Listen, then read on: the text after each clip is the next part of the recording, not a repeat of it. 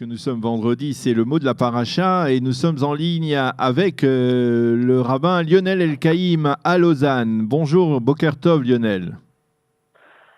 Boker Tov et bonjour à tous les auditeurs. Merci d'être avec nous sur studiokalita.com ce matin pour nous livrer un commentaire de cette paracha qui est une paracha extrêmement importante, une paracha très symbolique, la paracha de Lech Lecha qui va conduire pour la première fois Avraham Avinu, le premier de nos patriarches, vers la terre d'Israël, et c'est symboliquement depuis de nombreuses années la paracha de la Aliyah. Ce n'est pas pour rien que cette année en Israël on célèbre la journée de l'Aliyah, donc ce 7 Rejvan, à la veille de cette paracha de Lech Lecha. Et ce n'est pas pour rien que nous vous parlons, parce que vous-même aussi, après avoir passé plusieurs longues années, on va dire plus de 20 ans, hein, si je ne m'abuse, vous allez me dire le chiffre exact, à la tête de la communauté juive de Lausanne, eh bien vous avez décidé de faire votre Aliyah avec votre famille, et vous allez nous rejoindre ici en Israël dans les toutes prochaines semaines. Alors, quel est l'enseignement que vous souhaitez nous livrer dans ce contexte tout à fait particulier?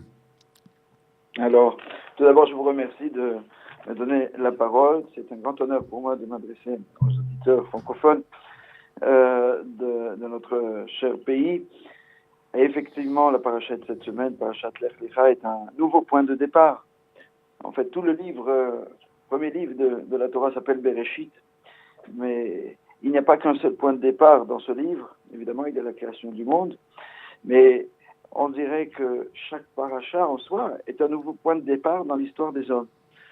Et la semaine dernière, dans la paracha de Noach, c'est une évidence, mais dans la paracha de Lech Lecha, nous avons de nouveau un point de départ important pour l'humanité tout entière. On a l'impression qu'avec ce nouveau personnage, qu'on ne nous présente pratiquement pas, Abraham, on connaît sa généalogie, c'est une chose qui est évoquée dans la fin de la paracha d'avant, mais finalement, on ne connaît pas grand-chose de lui. Et d'emblée, le texte nous dit, ben voilà, Dieu s'adresse à lui et lui dit, Lech lecha me'aretzecha u'mimoladetecha u'mibet avicha. Va, pars hors de ton pays, de ton lieu natal, de la maison paternelle, vers le pays que je t'indiquerai. Et c'est un choix qui est a priori sans appel. Abraham répondra comme d'habitude, comme il le fera à chacune des épreuves auxquelles il sera confronté dans sa vie, comme un grand inéni, me voici, et il a obéi à cet appel. Mais on ne comprend pas véritablement ce que Hachem lui demande. Alors c'est vrai que Lech Lecha est un appel, c'est quelque part le va-t'en que nous avons connu durant une longue période de notre histoire, le va-t'en que nous avons rencontré dans tant de contrées du monde. Mais là, il ne s'agit pas d'un va-t'en qui est une invitation à aller au loin, émanant d'un pays ou d'une nation ou d'un pouvoir qui serait néfaste pour Abraham, pour Israël, mais de Dieu lui-même. Et finalement, les commentaires, et en premier le commentaire de Rashi nous dira va, parce que c'est seulement quand tu seras dans cette terre que je te montrerai, que je te ferai connaître ton caractère à travers le monde. C'est-à-dire que tant que tu es dans la terre des nations, tant que tu n'es pas dans cette terre que je t'indiquerai, eh bien tu ne pourras pas véritablement ni accomplir ta mission, ni te faire savoir dans ta pleine identité telle que je t'ai créée. Et il y a là quelque chose d'assez étonnant, puisque nous connaissons Abraham comme l'homme du chesed, l'homme de la bonté, l'homme de l'humanisme, de l'hospitalité, l'homme, on va dire, de l'humanité tout entière. D'ailleurs, c'est à travers Abraham que les religions du livre se reconnaissent. C'est un point de départ, évidemment, mais qu'est-ce que Hachem a-t-il comme plan à ce moment-là pour lui dire à ce point-là que tant que tu es dans la terre du peuple, eh bien, tu ne pourras jamais te révéler comme le véritable Abraham. Et évidemment, notre maître, le Rav Moshko, que vous avez bien connu également, Rav Moshe Bochko, a longuement commenté cette paracha et tracé en détail les tenants et aboutissants de cette grande mission d'Abraham, dans le sens que lorsque Dieu parle à Abraham dans cette paracha, il ne parle pas seulement à Abraham, il parle à toute sa descendance, il parle au peuple qui naîtra de lui. Et ce peuple-là, eh bien, il a une volonté qui s'est toujours révélée juste à travers toute son histoire, apporter au monde le meilleur de lui. Et effectivement, durant ces années de rabbinat à Lausanne, je me suis aperçu de ce que beaucoup parmi les nations attendent du peuple d'Israël sans que celui-ci ne s'en rende compte.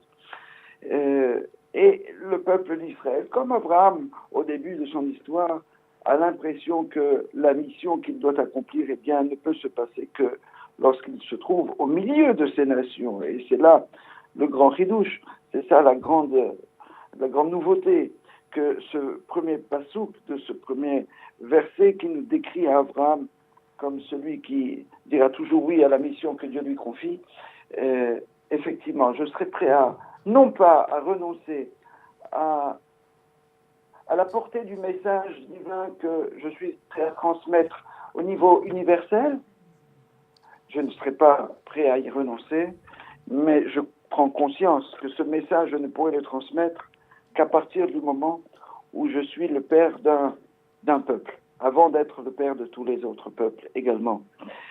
Et il y a quelque part une preuve par l'exemple qui doit être faite. Abraham doit, à travers son histoire, révéler lui-même à la dimension d'une nation, apporter comme un reflet aux nations du monde, eh bien, le message que Dieu lui donne. Et quand je disais c'est un nouveau commencement, c'est effectivement un renvoi au tout premier verset de la Torah que nous avons lu il y a quelques semaines, dans le 2e chapitre, où le verset disait « Ele toldot ha-shamayim ve'aretz behi bare'am » Voici les origines du ciel et de la terre lorsqu'elle fut créée. Et le verset est commenté, lorsqu'elle fut créée, Behi Bare'am, nous dit le Midrash, ne lit pas Behi Bare'am, comme c'est écrit, mais Avraham, c'est-à-dire que le monde, avec tout le projet humain que Dieu y a fondé, eh bien, ne pourra s'accomplir qu'à travers ce Avraham, qui est le père avant tout d'une nation. On a tous, évidemment, ce message d'amour du prochain que beaucoup d'autres ont appris de nous en le reconnaissant ou sans le reconnaître. Cet amour, cet intérêt, cette empathie pour l'être humain, quel qu'il soit, de quelque origine qu'il vienne, ne peut avoir sa source qu'à partir du moment où Israël était véritablement Israël. Et nous dit le Midrash, c'est le sens de toute la création. Bereshit, Bishvil Israël, Shenikret Reshit.